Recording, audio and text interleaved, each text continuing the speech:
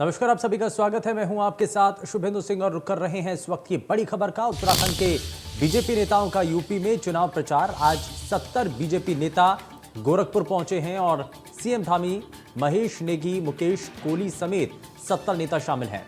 वहीं सीएम योगी के लिए गोरखपुर में प्रचार करेंगे और गोरखपुर सदर समेत अलग अलग विधानसभा में ये प्रचार होगा। तो सीएम योगी के लिए गोरखपुर में प्रचार किया जाएगा और प्रचार में भारतीय जनता पार्टी के कई नेता इसमें शामिल होंगे। गोरखपुर सदर समेत अलग अलग विधानसभा में प्रचार किया जाएगा। और इस पीछे बड़ी जानकारी, जहां पर उत्तराखंड के बीजेपी नेताओं का यूपी में चुनाव प्रचार और उत्तराखंड बीजेपी के 70 नेता गोरखपुर पहुंचे। साथ ही सीएम धामी, महेश नेगी, मुकेश कोहली समेत भारतीय जनता पार्टी उत्तराखंड की 70 नेता हैं जो कि सीएम योगी के प्रचार के लिए गोरखपुर में इस दौरान पहुंचे हैं और गोरखपुर सदर समेत अलग अलग विधानसभाओं में प्रचार किया जाएगा। और इस कैंपेनिंग को धार देने के लिए बाकायदा रणनीति के तहत उत्तराखंड के जो कई बड़े दिग्गज नेता हैं, 70 ऐसे नेता बताए जा रहे हैं, जिसमें पुष्कर सिंह धामी समेत कई और दूसरे नेता हैं जो कि योगी आदित्यनाथ के लिए प्रचार प्रसार करेंगे। वहीं साथ ही साथ इस दौरान न सिर्फ गोरखपुर सीट बल्कि उसके आसपास की जितनी विधानसभाएं हैं वहां पर भी लोगों से बातचीत की जाएगी, उनके साथ भी जुड़ाव किया जाएगा। ज़ाहिर तौर पर जो प्रचार है उसमें उत्तराखंड के नेता भी इसमें शामिल होंगे। तो उत्तर प्रदेश की इस रणनीति को बेहद महत्वपूर्ण माना जा रहा है और इसीलिए उत्तराखंड की सेना को भी अब बुला लिया गया है। यानी कि उत्तराखंड भारतीय जनता पार्टी के जो वरिष्ठ नेता हैं उनको इसमें शामिल किया गया है। लगभग ऐसे 70 नेता हैं उत्तराखंड के जिनको उत्तर प्रदेश में भारतीय जनता पार्टी ने ये बड़ी जिम्मेदारी दी है और उत्तराखंड बीजेपी के 70 नेता इसीलिए गोरखपुर पहुंचे हैं।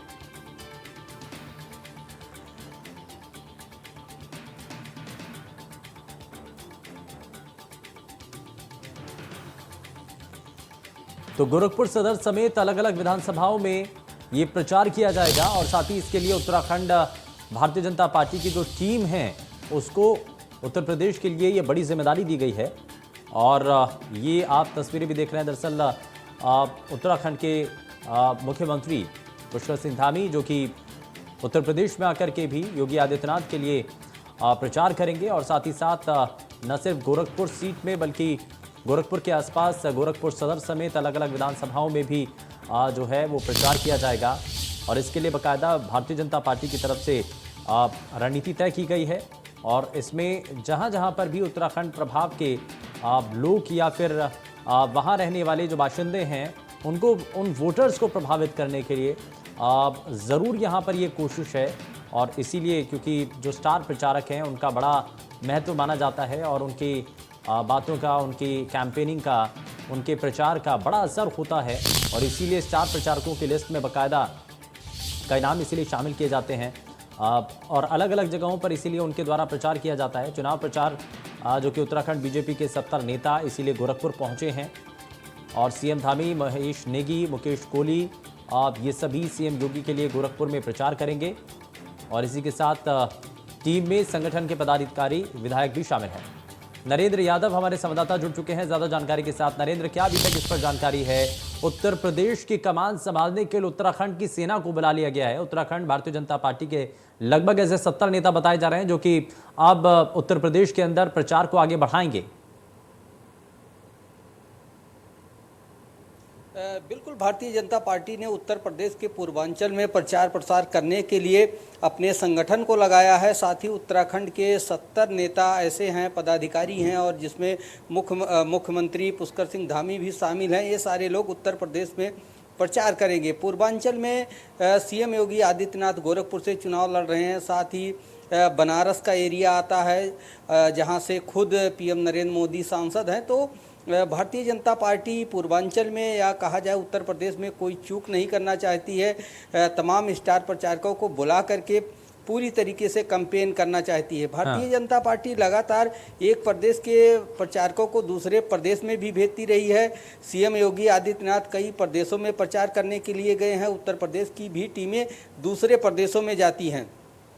उत्तराखंड पड़ोसी जिला है और पड़ोसी प्रदेश है उत्तराखंड उत्तर प्रदेश का, तो यहाँ के लोगों का उत्तराखंड से भी लगाव है। उत्तराखंड के लोग भी उत्तर प्रदेश आते हैं और उत्तर प्रदेश के लोग उत्तराखंड जाते हैं। दोनों प्रदेश एक थे और जो अलग हुए हैं तो कहीं ना कहीं इसमें आपस में लगाव भी रहता है। इन सारी चीज़ों को देखते हुए भारतीय जनता पार्टी ने रणनीति बनाई है कि अगर उत्तराखंड के बड़े नेता उत्तर प्रदेश में जाके प्रचार करते हैं तो भारतीय जनता पार्टी को कहीं ना कहीं लाभ इसका जरूर मिलेगा। 3 चरण में वोटिंग होने के बाद नरेंद्र, आपको लगता है उत्तर प्रदेश के अंदर, उत्तराखंड के अगर बड़े नेताओं को अगर कैंपेनिंग के लिए बुलाया जाता है, प्रचार के लिए बुलाया जाता है, भारतीय जनता पार्टी के प्रत्याशियों के हित में अगर वो वोट मांगते हैं, तो इसका कितना ज्यादा असर देखने को मिल सकता है? चलिए मैं वापस लौटता हूं नरेंद्र आपके पास, लेकिन जरा थोड़ा सा आगे बढ़ते हैं। मैं वापस लौटता हूं आपके पास, लेकिन यूपी में चौथे चरण के लिए चुनाव का जो प्रचार का शोर है वो थम चुका है और चौथे चरण में 9 जिलों की 59 सीटों पर मतदान। चौथे चरण के लिए 23 फरवरी को वोटिंग होगी और 624 प्रत्याशियों के भाग्य का फैसला होगा। ब्रजेश पाठक समेत कई सियासी दिग्गज इस वक्त चुनावी मैदान में हैं। तो चौथे चरण के लिए 23 फरवरी को वोटिंग होनी है, लेकिन उससे पहले अभी चुनावी शोर थम चुका है और 624 प्रत्याशियों की किस्मत का अब फैसला होगा। ब्रजेश पाठक समेत कई बड़े दिग्गज नेता हैं जो कि चुनावी मैदान में है इस वक्त और आप जाहिर तौर पर इसलिए बड़ा कड़ा मुकाबला ये माना जा रहा है। नरेंद्र यादव हमारे साथ, हमारे संवाददाता लगातार बने हुए हैं। नरेंद्र, अब अगले चरण को लेकर के जो तैयारियां अब से शुरू हो चुकी हैं और चुनावी शोर भी थम चुका है, लेकिन इस बार के इस फेज के अंदर कई ऐसे बड़े चेहरे हैं जिनकी साख इस बार दांव पर लगी हुई है और बड़ा बेहद खास और बेहद कड़ा ये मुकाबला माना जा रहा है। बिल्कुल आप सही कह रहे हैं। ये जो चौथे चरण का मतदान होगा इसमें राजधानी लखनऊ भी शामिल है। उत्तर प्रदेश का मध्य एरिया है जहां पर भारतीय जनता पार्टी काफ़ी मजबूत है और यहां पर दिग्गज नेताओं ने कैंपेनिंग भी की है, चाहे अमित शाह हों, पीएम नरेंद्र मोदी हों, राजनाथ सिंह की भी जनसभाएं हुई हैं। साथ ही समाजवादी पार्टी से अखिलेश यादव लगातार कैंपेन कर रहे हैं, हर जिलों में जा रहे हैं। वहीं प्रियंका गांधी वाड्रा का भी यहाँ पर कैंपेन हुआ है, कांग्रेस के पक्ष में वोट मांगा है मायावती ने भी। तो लगातार अगर देखा जाए तो जिस तरीके से आज 5 बजे प्रचार थम चुका है, अब एक दिन के बाद यानी कि 48 घंटे के बाद मतदान होगा, परसों मतदान किया जाएगा। इन सारी चीज़ों को लेकर पूरी तरीके से राजनीतिक दल अपनी ताकत झोंके हुए थे और परसों इस पे वोटिंग होगी। प्रशासन की तरफ से भी तैयारियां पूरी कर ली गई हैं, निर्वाचन आयोग की तरफ से भी तैयारियां पूरी की गई हैं। लेकिन ये मध्य क्षेत्र बीजेपी का गढ़ माना जाता है, बीजेपी यहाँ पर काफ़ी मजबूत है। वहीं समाजवादी पार्टी भी इसमें टक्कर देने के प्रयास में है। राजधानी लखनऊ में भी कड़ा मुकाबला दे रही है समाजवादी पार्टी। तो इस तरीके से देखा जाए तो ये मध्य एरिया अपने आप में दोनों दलों के लिए, समाजवादी पार्टी के लिए और भारतीय जनता पार्टी के लिए बहुत महत्वपूर्ण स्थान रखता है और इसके नतीजे जो है दोनों पार्टियों को प्रभावित करेंगे। जी, अब यहां से क्योंकि राम मंदिर को लेकर के शुरुआत से ही, चुनाव की शुरुआत में जब चर्चाएं होने लगी थी तो उस वक्त भी भारतीय जनता पार्टी के कई बड़े नेता इस बात को बताते रहे थे कि हमने जो कहा था हमने करके दिखाया है। राम मंदिर निर्माण को लेकर के बड़ा जिक्र होने लगा था और इसीलिए क्या अब इस फेज के बाद से राम मंदिर निर्माण को लेकर के जो अचीवमेंट के तौर पर बीजेपी दिखाना चाहती है, बताना चाहती है, अब उसका बखान या कहा जाए कि अपने वादे को पूरा करते हुए अब वो चीजें दिखाने की यहां पर कोशिश की जाएंगी? अब बिल्कुल राम मंदिर निर्माण का प्रभाव इधर मध्य क्षेत्र में ज़्यादा पड़ता है और उसके बाद जब 5वें चरण की वोटिंग होगी तो अयोध्या और सुल्तानपुर के आसपास के एरिया में होगी तो निश्चित तौर पे कहा जा सकता है कि मंदिर निर्माण का मुद्दा भारतीय जनता पार्टी के लिए अहम मुद्दा होगा। इसको ध्यान में रखकर जरूर वोटिंग होगी क्योंकि पश्चिम में जिस तरीके से किसान आंदोलन का असर दिखाई पड़ रहा था, तमाम समीकरण बन रहे थे। लेकिन अगर चौथे चरण में बात की जाए, मध्य उत्तर प्रदेश की बात की जाए और जैसे जैसे चुनाव पूरब की तरफ जाएगा तो मंदिर का मुद्दा निश्चित तौर पर एक अहम मुद्दा होगा। जिस तरीके से लगातार भारतीय जनता पार्टी मंदिर मुद्दे को लेकर सामने आती रही है और निर्माण कार्य अब शुरू हो चुका है। प्रधानमंत्री नरेंद्र मोदी भी इस पर फोकस किए हैं और योगी आदित्यनाथ दर्जनों दौरे अयोध्या का कर चुके हैं। तो इस मध्य क्षेत्र में निश्चित तौर पर मंदिर निर्माण का मुद्दा छाया रहेगा। जी नरेंद्र, लेकिन अगर भारतीय जनता पार्टी की तरफ से अगर इस मुद्दे को एक बार फिर से उछाला जाता है, विपक्ष के पास कोई काट है? देखिए, मंदिर निर्माण को लेकर के विपक्षी दल ज़्यादा आक्रामक नहीं है। सभी कहते हैं कि सुप्रीम कोर्ट का फैसला था और इसके चलते निर्माण हो रहा है। वो भारतीय जनता पार्टी को इसकी क्रेडिट नहीं देना चाहते, लेकिन भारतीय जनता पार्टी इस बात को जानती है कि उसकी बात को, बीजेपी की बात को जनता सुनेगी। जहां तक मंदिर निर्माण की बात है, निश्चित तौर पर एक प्लस पॉइंट है बीजेपी के लिए मंदिर निर्माण, तो इसका फायदा जो है भारतीय जनता पार्टी को ही होगा। जी चलिए, मैं थोड़ा सा आगे बढ़ता हूं। गौरव, हमारे संवाददाता हमारे साथ बने हुए हैं, बाकी अलग अलग जगहों से भी हमारे संवाददाता हमारे साथ जुड़ चुके हैं। मैं एक एक करके सभी का रुख करूंगा, लेकिन गौरव, जरा सबसे पहले मैं आपके पास ही आ रहा हूं, क्योंकि मौजूदा वक्त में चौथे चरण के लिए जब चुनावी शोर थम चुका है, तो इस दौरान कौन कौन सी ऐसे बड़ी बातें थी या बड़े नारे थे जिनका शोर जो है वो आपने सुना हो, या जिसका प्रभाव आने वाले वोटिंग के समय में वोटर्स के जहन में पड़ता हुआ नजर आ रहा है? जी बिल्कुल, साफ तौर पर मैं आपको बताना चाहूंगा कि जिस तरीके से लगातार जो भारतीय जनता पार्टी हो, चाहे समाजवादी पार्टी हो या बसपा हो या कांग्रेस हो, इनके सभी नेता उन्नाव में आए, अपने अपने प्रत्याशी के लिए उन्होंने समर्थन में वोट मांगे और जनता को संबोधित किया। तो साफ तौर से जिस तरीके से जो चाहे प्रधानमंत्री नरेंद्र मोदी हो, वो जब कल आए थे तो उन्होंने लगातार सभा पर हमलावर रहे, परिवारवाद की पार्टी बताया, उन्होंने माफिया गर्दी बताया कि इनके राज्य में माफिया गर्दी बढ़ जाती है, इनके राज्य में गुंडागर्दी बढ़ जाती है, जो गरीब है उनका शोषण होता है, लड़की घर में घुस के छेड़छाड़ करते हैं। तो ये ना कहीं जो प्रमुख मुद्दे हैं, जो कानून व्यवस्था हो, चाहे शिक्षा हो, स्वास्थ्य हो या फिर रोजगार हो, ये मुख्य मुद्दे हैं जो भारतीय जनता पार्टी लेके चल रही थी। समाजवादी पार्टी उस पर लगातार हमलावर रही, अखिलेश यादव लगातार हमलावर रहे कि काले कानून वापस लिए हैं, काले कानून जब गए हैं तो पापा भी जाएंगे। तो कहीं ना कहीं जो जनता है वो कहीं ना कहीं युद्ध कर चुकी है कि उसको अपने जो स्थानीय मुद्दे हैं उनसे लेकर वोट करना है। और खासतौर से अभी जो कैंडिडेट है बीजेपी के, इनको देखकर ना देखकर वो सिर्फ योगी और मोदी को देख के वोट करने का। ठीक है, मैं थोड़ा सा आगे बढ़ता हूँ। शिव प्रसाद हमारे साथ, हमारे संवाददाता जुड़ चुके हैं। शिव प्रसाद, रायबरेली के अंदर क्योंकि कांग्रेस पार्टी जिस मजबूती के साथ अपनी उपस्थिति दर्ज कराती रही, लेकिन अब वो जो किला है बीजेपी के द्वारा ध्वस्त किया गया और लगातार इसमें सेंधमारी करने की कोशिश लगातार की जाती रही है। इस बार बड़े परिवर्तन की तरफ बीजेपी इसको देख करके चल रही है, क्या अभी तक संकेत मिल रहा है? देखिए, रायबरेली में कभी कहा जाता था कि रायबरेली कांग्रेस का गढ़ है, लेकिन पिछले हम जाएंगे 10 सालों में जो गिरावट आई वो 5 साल पहले इतना गिर गई कि कांग्रेस, हालांकि 2017 में वो सपा के गठबंधन से 2 सीटें आई थी, लेकिन जब सरकार बनी यूपी में योगी जी की, तो वो दोनों का बगावत सुर अपना लिया और अंत तक अब बीजेपी में शामिल हो गए हैं। दोनों जो कांग्रेस के विधायक थे, वर्तमान में बीजेपी ने उनको वहीं से टिकट दिया। तो अब कांग्रेस यहां रायबरेली में सोच रही है कि कम से कम एक सीट तो मिल जाए, लेकिन फिलहाल जिस तरह से बीजेपी और सपा यहां चुनाव प्रचार कर रहे हैं, उनके बड़े बड़े नेता आ रहे हैं, दावा कर रहे हैं कि इस बार अगर हम आएंगे, विपक्ष में अगर कोई आएगा तो वो अखिलेश यादव है, अगर वर्तमान सरकार दोबारा आएगी तो वो योगी आदित्यनाथ जी हैं। लेकिन सबसे बड़ा सवाल कि आज चुनाव प्रचार थम गया है, रायबरेली की जो गणित है वो गणित दोनों के बीच फंस जाएगी, ये भाजपा और सपा के बीच में। उसमें कांग्रेस है, वर्तमान में मौजूदा में है, लेकिन अभी जो हाँ बिल्कुल, और इसीलिए ये बेहद कड़ा मुकाबला माना जा रहा है। मैं जरा थोड़ा सा आगे बढ़ता हूँ। आमिर हुसैन भी हमारे संवाददाता हमारे साथ जुड़ चुके हैं बांदा से। बांदा की तस्वीरें क्या हैं आमिर, और बांदा का मुकाबला इस बार तो बेहद दिलचस्प है।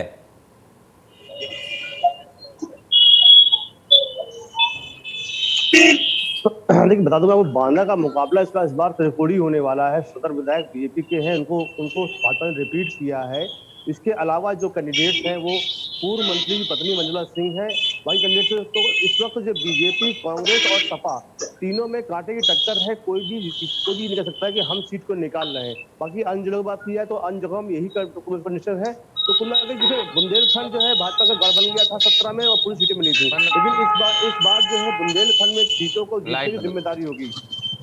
अगर बात करें हम अमित शाह पिछले दिनों आए थे, उन्होंने एक बयान दिया था कि जो है बुंदेलखंड में पहले कट्टे बनते थे और अब जो है यहाँ पे कॉरिडोर बनेगा, इसमें जो है मिसालों का निर्माण होता है। उन्होंने अपनी जो उपलब्धियां उन्हें बताते थे उसको अपने तरफ जो है लाने की कोशिश की है। आज प्रचार का शोर थम गया है। आज सभी प्रत्याशियों ने जो है जबरदस्त तरीके से अपने अपने शक्ति का प्रदर्शन किया है। तमाम प्रत्याशियों ने अपनी रैली निकाली है, जुलूस निकाले हैं। लेकिन इस पूरे मामले में खास बात यह रही कि कांग्रेस के प्रत्याशी का रैली और जुलूस ऐसा लग रहा था जैसे उन्होंने पहले ही हार मान ली हो। हाँ। फिलहाल त्रिकोणीय मुकाबला है बाना में, वो है कांग्रेस, सपा और बसपा का। जी चलिए ठीक है, मैं वापस लौटता हूँ। नरेंद्र हमारे संवाददाता लगातार हमारे साथ बने हुए हैं। नरेंद्र, लखनऊ के इस लड़ाई को आप किस तरीके से देख रहे हैं, क्योंकि बड़ी चुनौतियां अलग अलग राजनीतिक दलों के सामने अपने आप में इसलिए भी बन चुकी है क्योंकि टिकटों के वितरण को लेकर के ही सवाल उठने लगे थे। जब जो नेता रेस में थे उनको बाहर कर दिया जाता है, किसी और नेता को टिकट दे दी जाती है तो नाराजगी चरम पर होती है और भीतर ही भीतर वो उबाल बनता चला जाता है। लेकिन अब जब चुनावी शोर थम चुका है और प्रचार का जो शोर थम चुका है, तो इस दौरान अब क्या ये सभी चीजें शांत हो चुकी हैं? क्या बड़े दिग्गज नेताओं ने जो प्रत्याशी जो इस रेस के अंदर बने हुए थे, जो और दूसरे नेता टिकट पाना चाहते थे, उन सभी की नाराजगियों को दूर कर लिया है क्या? देखिए, सभी दलों ने अपनी ताकत झोंकी, हाईकमान भी इसमें शामिल हुआ, लेकिन अंदरूनी खबरें जो आ रही हैं, जिसका टिकट कटा है वो कहीं ना कहीं उतने उत्साह के साथ और अपनी पूरी ताकत के साथ उस प्रत्याशी का साथ नहीं दे रहा है जितना देना चाहिए। हालांकि दावे किए जा रहे हैं, जनता के बीच में जा रहे हैं, लेकिन पूरी ताकत नहीं लगती हुई दिख रही है। भारतीय जनता पार्टी लगातार अपने प्रत्याशियों को बदली है और राजशेखर सिंह आए हैं, वो ईडी के डायरेक्टर थे। स्वाति सिंह का वहाँ से टिकट कटा है।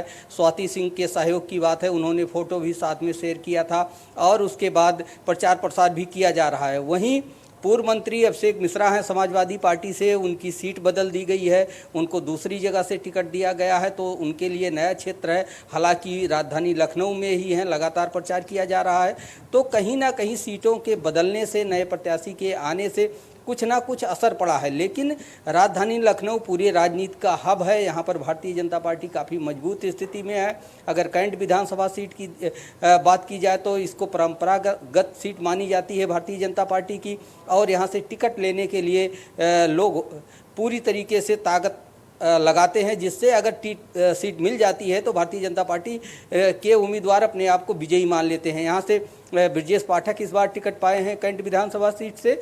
तो कुल जो 9 सीटें हैं अलग अलग अगर देखा जाए तो भारतीय जनता पार्टी और उसके बाद समाजवादी पार्टी के बीच में मुकाबला यहाँ पर दिखाई पड़ रहा है। कहीं कहीं पे कांग्रेस प्रत्याशी भी अपनी मजबूती दिखा रहे हैं जातीय समीकरण को लेकर, और कुछ क्षेत्रीय समीकरण भी अलग अलग जगह पर आप कह रहे हैं कि जातिगत समीकरणों को देखा भी जा रहा है, लेकिन लखनऊ के अंदर तो ये कहा जाता है कि बीजेपी अपने जिस कैंडिडेट को वहां पर उतार देती है उसके लिए बड़ा महत्वपूर्ण हो जाता है। अब मैं जरा वापस लौटता हूं, लेकिन सीतापुर से हमारे संवाददाता भी जुड़ चुके हैं। मोहित वाजपेयी, जरा सबसे पहले मैं जरा आपसे यही समझना चाह रहा हूं, क्योंकि चुनावी प्रचार का जो शोर है वो अब फिलहाल थम चुका है, और अभी तक क्या आप जानकारी आप तक है, जरा दर्शकों तक पहुंचाइए। बिल्कुल, मैं आपको बता दूं, जिस तरह सीतापुर में चौथे चरण में चुनाव होना है, जिसका चुनावी प्रचार आज थम चुका है 5:30 बजे के बाद। आपको बता दें कि यहाँ पर 9 विधानसभा की सीटें हैं, जिसमें अभी तक 7 सीटें भाजपा के पास थी और 1 सीट बसपा और 1 सीट सपा के खाते में थी। लेकिन यहाँ पर भाजपा के जो टिकट बांटे गए उसको लेकर काफी आक्रोश है, जिसमें कि कई भाजपा के कार्यकर्ता ऐसे भी हैं जिन्होंने निर्दलीय पर्चा दाखिल कर दिया है, जिसको लेकर सीतापुर में काफी पचोबेद की स्थिति बनी हुई है। भाजपाई एक दूसरे को मनाने में जुटे हुए हैं। हालांकि यहाँ पर पहली बार ऐसा हुआ है कि प्रधानमंत्री मोदी ने खुद विधानसभा चुनाव में रैली की। आज तक कोई प्रधानमंत्री विधानसभा चुनाव में सीतापुर नहीं आया है। ठीक है, ये समीकरण है सीतापुर के, लेकिन जरा वापस से उन्नाव का मैं रुख कर लेता हूं। गौरव हमारे संवाददाता हमारे साथ लगातार बने हुए हैं। गौरव, उन्नाव के समीकरणों को अगर देखें तो अलग अलग सीटों पर, और खास करके कौन सी ऐसी सीट है जिस पर सभी की निगाहें आकर के टिक जाएं? हॉट सीट कौन सी हैं? बिल्कुल, जिस तरीके से अभी पिछले 2017 के चुनाव हुए थे, 2017 में यहाँ पे उन्नाव में 6 विधानसभा सीटें, जिसमें 5 विधानसभा सीटें भाजपा के खाते में गई थी और 1 विधानसभा सीट बसपा के खाते में गई थी। और हालांकि वो बाद में अपने को बीजेपी में शामिल अब जो है, अब भाजपा की इससे पहले 2017 से पहले 2012 में 6 विधानसभा सीटें समाजवादी पार्टी के खाते में थी।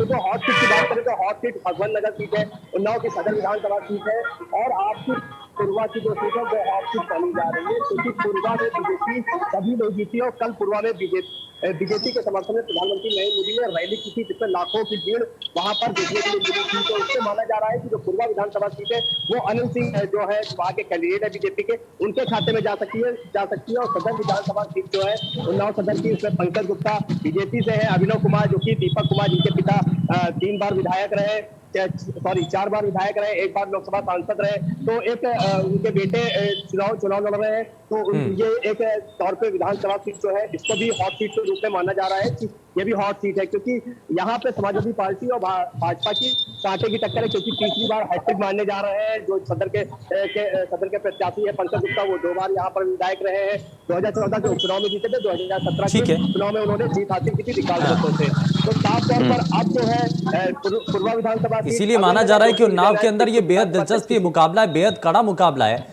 देखना अब बहुत खास होगा कि आखिर इसमें जीत किसको मिलती है, जनता किसकी तरफ आखिर नजर आती है। मैं थोड़ा सा आगे बढ़ता हूं। आमिर हुसैन हमारे संवाददाता लगातार हमारे साथ बने हुए हैं। आमिर, जरा मैं बांदा की तस्वीरों को भी समझता हूं, लेकिन सबसे पहले बात यहां पर मैनिफेस्टो को लेकर के भी कर रहे थे, क्योंकि यहां पर अलग अलग राजनीतिक दल अपने मैनिफेस्टो दिखाते हैं, सामने जारी करते हैं और बताते हैं कि हमारे आने वाले समय का जो विजन है वो इस मैनिफेस्टो के अंदर साफ झलकता है। लेकिन इस दौरान इस पूरी कैंपेनिंग में पहले चरण से लेकर के और अभी तक किसी भी पार्टी के द्वारा इस पर ये कोई फोकस नहीं किया गया है कि हम ऐसा करने जा रहे हैं। अब यहां पर ये हवा ये बन रही है कि कानून व्यवस्था का राज रहा है कि नहीं रहा है। अब आतंकियों के साथ कौन है, इसको लेकर के बार बार निशाना साधा जा रहा है। मैनिफेस्टो का कहीं से कहीं तक कोई जिक्र नहीं है। जी बिल्कुल ठीक कहा आपने। इस बार जो कैंपेनिंग हुई है, इस कैंपेनिंग में कोई मैनिफेस्टो नहीं जारी नहीं किया है, जारी तो किया है लेकिन उसको कोई जिक्र नहीं किया रहा है। बस वही चीजें हैं कि जो है कोई कह रहा है कि आतंक है, कोई कह रहा है कुछ चल रहा है। तो मैनिफेस्टो में जो बातें जनता को चाहिए कि उनके मुद्दे हैं, उनकी परेशानियां, उनको किस तरह से हल किया जाएगा और कौन पार्टी क्या सोचती है, उनको किनारे कर दिया गया है। मंदिर मस्जिद मुद्दा बनाया जा रहा है और साथ में जो है ये जो आप कानून व्यवस्था की बात कर रहे हैं इसको बहुत बनाया जा रहा है। कहीं कोई मैसेज बात नहीं की गई है। अगर बांदा की बात की जाए तो बांदा जिले में 4 विधानसभा सीटें हैं, चारों की चारों जो है सीटें भाजपा के खाते में थी और वर्तमान में भाजपा ने अपनी 3 सीटों के टिकट बदले हैं अपने और सिर्फ सदर से कंटिन्यू किया है। लेकिन ये मैनिफेस्टो वाली बात कहीं भी सामने नहीं आ रही। सिर्फ एक बात है कि हमने काम किया, ठीक है, काम क्या जाहिर तौर पर ये बड़ी चीजें हैं और इस चुनावी शोर के दौरान हमने बहुत सारी चीजें भी देखी है। बहुत शुक्रिया सभी संवाददाता हमारे साथ जुड़े। ग्राउंड जीरो से आपने जो असल सच्चाई है वो हमारे दर्शकों तक पहुंचाई है। पेशकश में फिलहाल के लिए बस उतना ही है। नमस्कार।